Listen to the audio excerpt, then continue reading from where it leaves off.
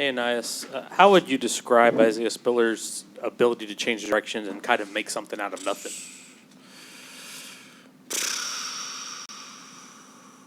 I don't even know. Like, it's crazy. I tell him all the time, though. Like, we be watching film, practice, in the games. Shoes, he's phenomenal. You know what I'm saying? Like, and then the way he can just like pick his knees up, stick, stop, go. You know, like he can do it all. So, he's pretty cold for that. Back behind the TV lights, we'll go to Mike from KAGS. Hey, Ainias, on that two-point conversion from at least my angle, looked like the window Zach threw the ball in was quite small. From your angle, are you surprised that pass made it through the defender and got to you, or is that just what Zach does? I really wasn't surprised. That's definitely something that we would call a Zach thing.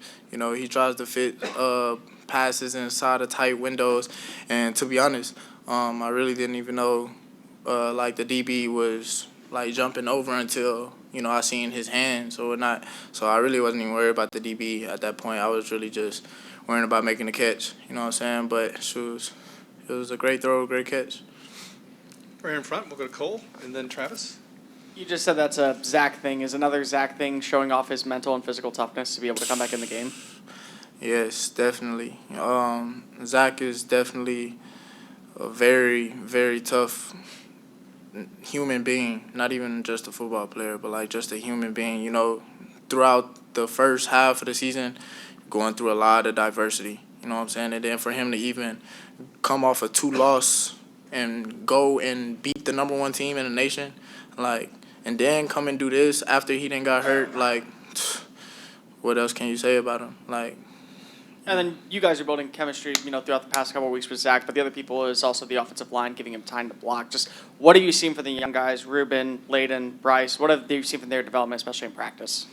Really just growth. You know what I'm saying? Growth and confidence. Just being able to get adjusted to the speed of the game. You can definitely see the game slowing down for those guys, and really just now. I feel like they are starting to realize who they are and what conference they're in. You know what I'm saying? Because in the SEC, you have to play big boy ball, and I feel like they're starting to understand that. Right in front to Travis, and then we'll go to Brent. With how Zach came off the field, were you at all surprised when he came back on, and what kind of boost did that provide? I wasn't surprised. I had a feeling that he was going to come back. I was totally prepared for him not to come back, but I mean, I was definitely excited when he did come back, and the crowd was too. So. I know a little bit of struggles on third down. Is there anything that you can pinpoint to what kind of went wrong on some of those plays that kind of stopped some drives? Really just got to execute, you know what I'm saying? Especially down the field, just got to catch the ball, look the ball in, focus on the little things, and don't let the game get too big for you, really. All right, we're going to go now Brent, rather in the middle, and then Kirk.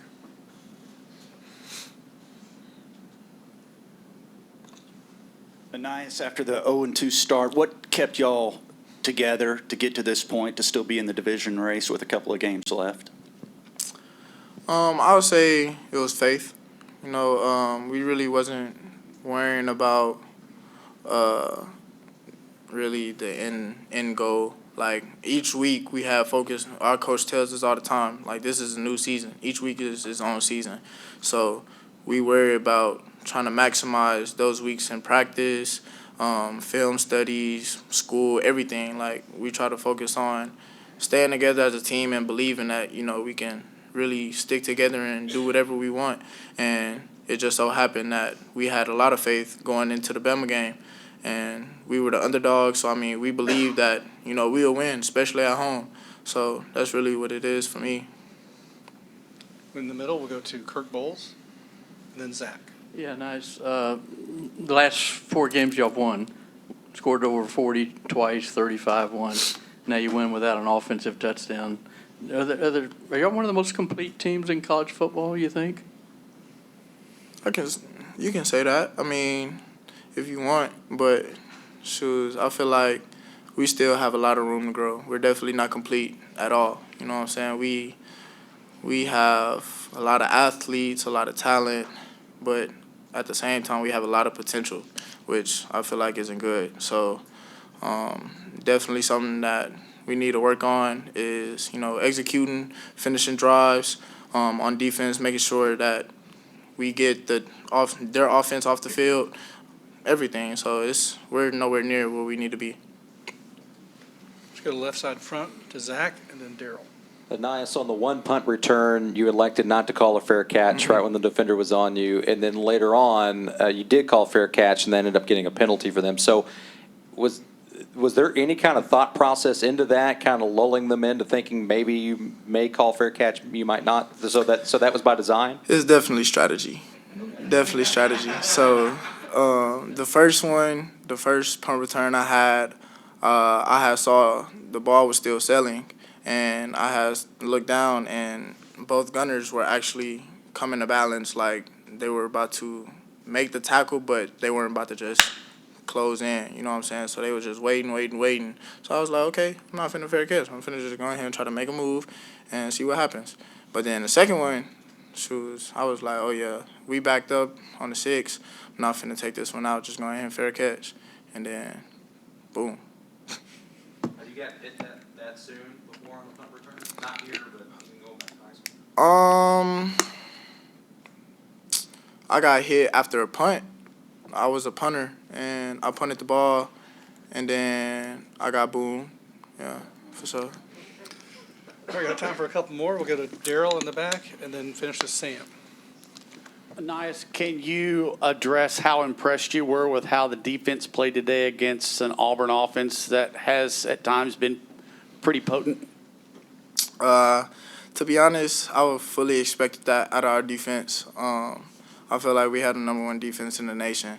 So just for them to be able to come out and prove to themselves that, they can do that, to hold Auburn's offense to 3 points, like, that said a lot. And then really just for them to just come out and play hard, you know what I'm saying? We done had some games in the past to where we'll start fast and then don't finish strong. But, like, this game, I feel like they were on point the entire game.